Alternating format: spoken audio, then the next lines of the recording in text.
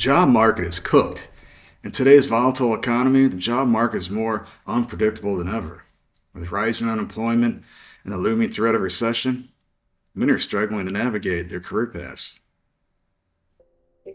3 months, 330 job applications, 107 emails back, 2 interviews, and out of that, only one job offer. I see a lot of complaints that young people don't want to work anymore, or that young people are lazy. But the real truth of it is, how can I be lazy when it seems that no one wants to hire me? They told me to get a good career, I should go and get a degree. But now I'm being told that I'm overqualified for the jobs that I need in order to survive. I got rejected from McDonald's. I don't know if that says more about me or about them, but I'll take any wage over no wage, even if it isn't a fair wage. And for every new application, it goes something like this. Make a new account on a new site you've never heard of, and probably never will again. Give them all of your information, your CV, your availability, and a bunch of bullshit answers to a bunch of bullshit multiple choice questions about why you want to work for a company that offers competitive pay and benefits, such as a pizza party every 6 months and the opportunity to kiss their ass on the way out. Also, please make sure that you write a specifically tailored cover letter for our company, but not too specific or wordy, just in case our algorithmic AI thinks you have no personality, and that you just want this job out of desperation and money, even though we can't afford the time of day to look at the applications ourselves. The job search itself is feeling like a longer shift than a 9 to 5. It's just as repetitive, soul-sucking, and I'm still sitting at a computer. The only difference is that I'm doing this for free. You do all of that every single day, and you don't hear back just one word. Unfortunately. I've seen that word so much that it doesn't feel real anymore. It feels like an omen of death, knocking at me through the screen and taunting my will to live. I personally don't think society owes me a thing, but I think there needs to be a major shift in the perception of relationship between employer and potential employee. Because after all, by the time I do get a job, I'll have reached the age of retirement. Or maybe... That sums it up. It defies logic what's going on right now at the job market. The job market is cooked. It's trash. That guy and all the hoops he had to jump through, and what was the end result? No job. Yet those insane requirements have been being inflicted upon us for quite some time now. I've done other videos about jobs, and this insanity is just, it's getting worse. It's not getting better. You apply to hundreds of jobs and no response. That is the norm nowadays. Didn't used to be that way. No one's hiring? Well, with all the ghost jobs out there, that's what pretty much led to believe. Right now, there are more people looking for work than there are jobs available. And what have we had lately for jobs? Low quality. You either got the minimum wage jobs that can't make ends meet, and those are jobs where people are just, they're just starting off in life. They're not meant for you to live off for the rest of your life. You earn a degree and you're deemed overqualified. Make that make sense. For decades, they're harping on, oh yeah, you got to go to college, you got to get a degree, because it used to be for the longest time. I remember if you want to be in a managerial position, regardless of the industry that you're in, it was almost a default standard that they required a degree. Now, when the degrees aren't worth anything, not even worth the paper they're written on, that shouldn't be a thing anymore. He mentions each employer requires you to create an account on their website. I've personally experienced that. I'm sure many of you have. That is nuts. I stopped doing that years ago because it gets to be such a monotonous waste of time. Just one of those websites could take you 15 minutes to go through. Could be even longer. What if you had 10, 15 jobs you want to apply for that day? And each one of those required that step.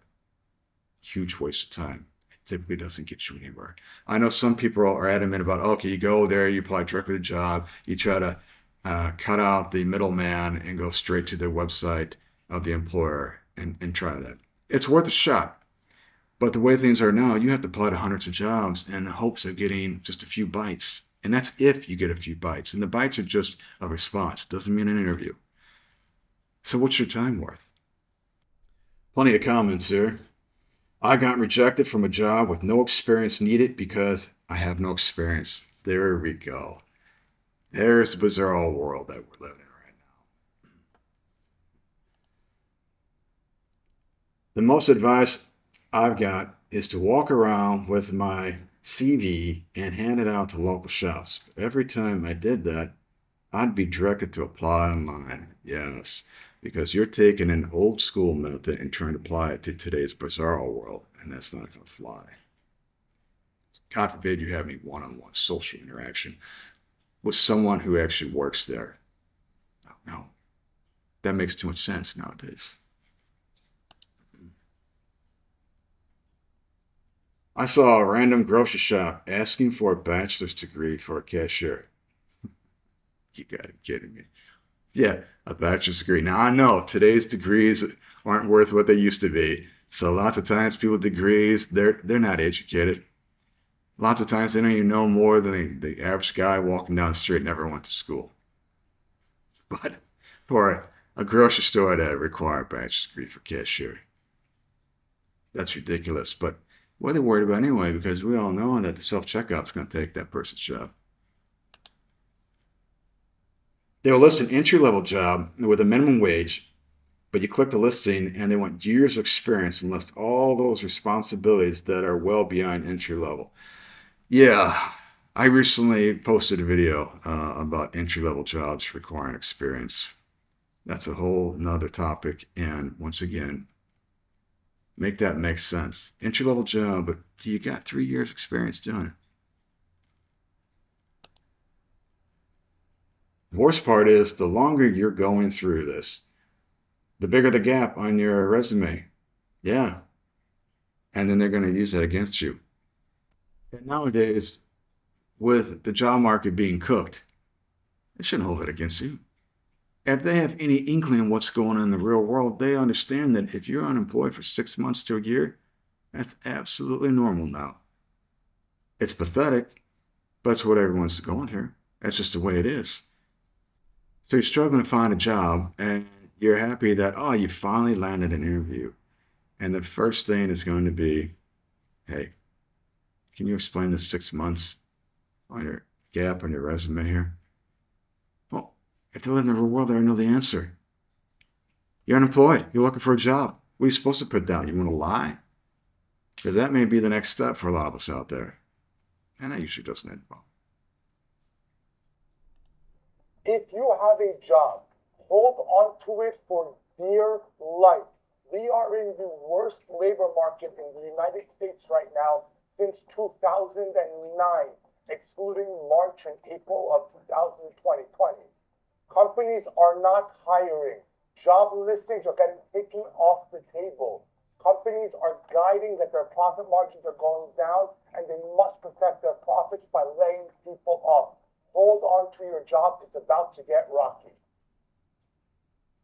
According to the Wall Street Journal, Gen Z graduates are facing the worst job market in over a decade, with Anthropic CEO warning that AI could eliminate nearly half of all entry-level jobs just within the next 5 years. And while 72% of Gen Z lives paycheck to paycheck, nearly half are working 3 or more jobs just to survive, raising the question, why is Gen Z yet another generation promised a future that no longer exists? While obtaining a lifelong career was once as straightforward as simply answering a job post in the local newspaper or a firm handshake prompted by a help wanted sign in the window, today, despite 75% of employers stating they're struggling to fill job vacancies, the second highest rate in 2 decades, a 2022 study of over 300 job applications submitted by Business.com's departing interns found that only 12% received any response from employers, just 5% expressed interest in the applicant, and not a single application resulted in a hire, where employers were actually more likely to ghost candidates if the graduate met over 90% of the listed requirements. And although job postings have been weaponized to serve employer interests throughout most of modern history, most notably during the civil rights era, where employers flooded local job boards to portray government compliance by suggesting they were doing everything in their power to offer equal hiring opportunities, but just that no one was applying. The recent implementation of ghost jobs has essentially scaled greed and manipulation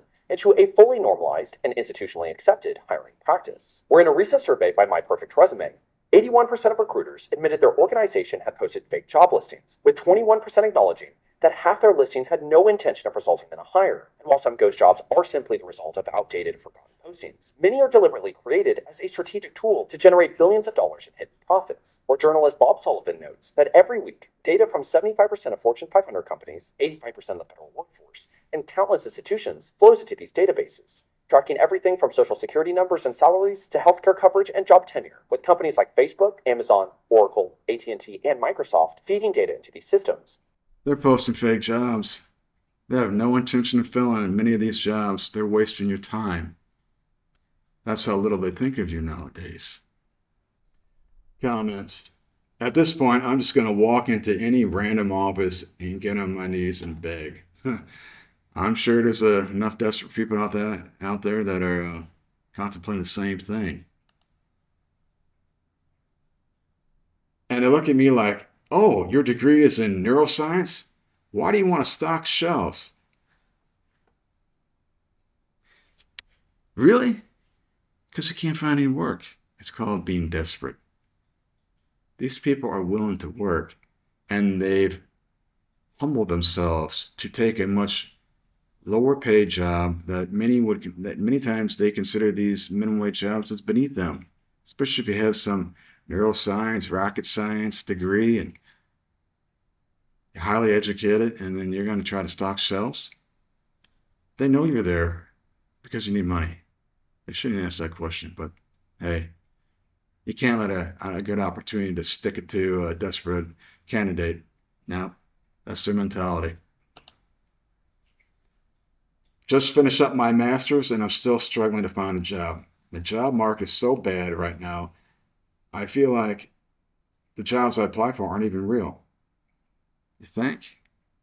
I mean, they're starting to admit a lot of these jobs are they're fake. They're ghosts.